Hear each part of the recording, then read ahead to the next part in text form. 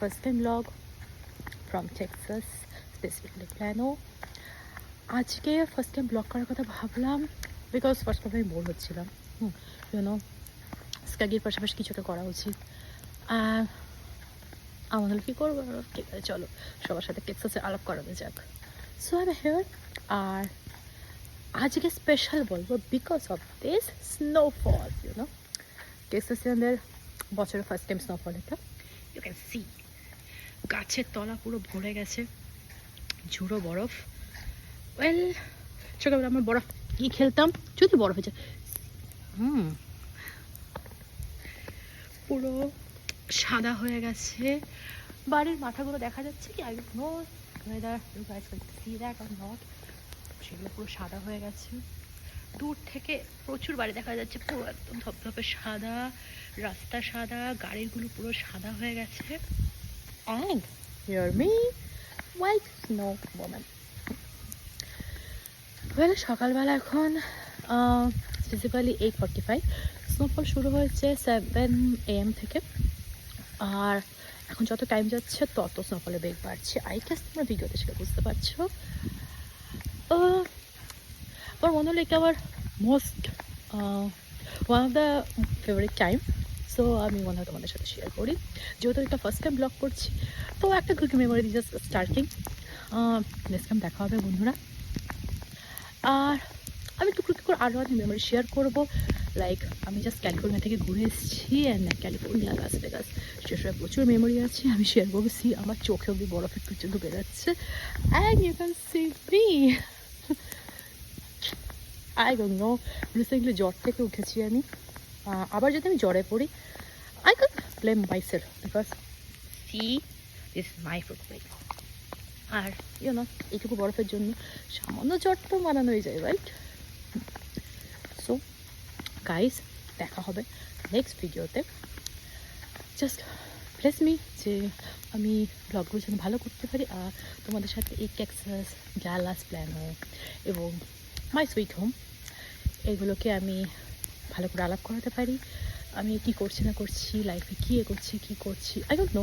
ওকে, এটুকু জানি যে শুধু আমি পড়ছি স্টাডি, অ্যান্ড তার সাথে সাথে তোমাদের সাথে টুকরো আলাপ, টুকরো বন্ধুত্ব। লাস্ট টাইম ঘুরিয়ে দেখিনি আমার এই সোসাইটিটা। একটু আগে দেখলাম, এখন তো সকালবেলা এত বরফ পড়ছে যে লোকজন ঘরের ভিতর ঢুকে বসে রয়েছে, বাট একটু আগে দেখলাম এই পাশ থেকে একটা বাচ্চা মেয়ে বেরোলো, ছবি তুলে ঢুকে।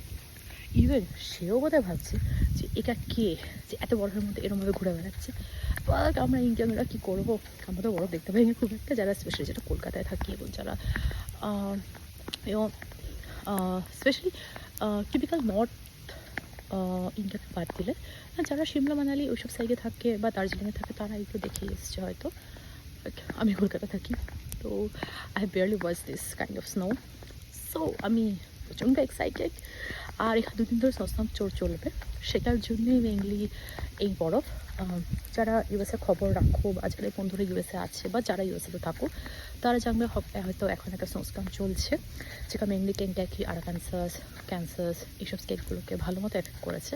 তো সেটার একটা ছোটোখাটো কোজি এফেক্ট বলা যায় এখানে পড়েছে।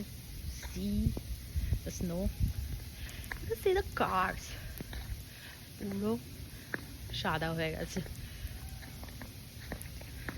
দেখা যাক কতটা স্নো জমেছে। ও সি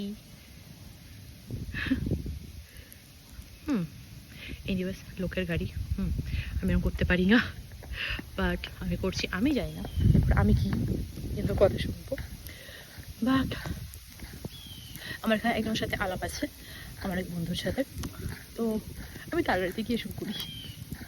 আই থিঙ্ক সেটা বেটার হবে, রাইট? সি লেভেলে বরফ পড়েছে। ও আমার তো যাই বলো বাড়ির শেডগুলো, গাড়িগুলো দেখে দারুণ মজা হচ্ছে। ওই যে বললাম আমরা যারা কলকাতায় থাকি তারা তো এসব কিছুই পাই না, তো এখন পেয়ে যা হয় আর কি। একটা কথা আছে না, সাপের 5 পা দেখা, তো আমার এখন সেরকম অবস্থা। সি আমার ফ্রেন্ডের গাড়ি, তো আমি এখন এখানে এসব কিছু করে বেড়াবো। ও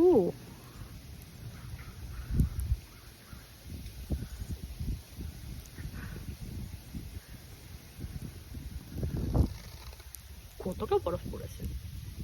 সি গাইস, আমি একটা ছোট্ট ছবি নিয়ে নিই। ইয়ে পুরো সাদা হয়ে গেছে, দেখতেই পাচ্ছ। ছাদগুলো দেখো, আর তারপর আমাকে দেখো। So, আর আমি বাইরে থাকবো না বেশিক্ষণ, কারণ আবার আমার ঠান্ডা লেগে যাবে।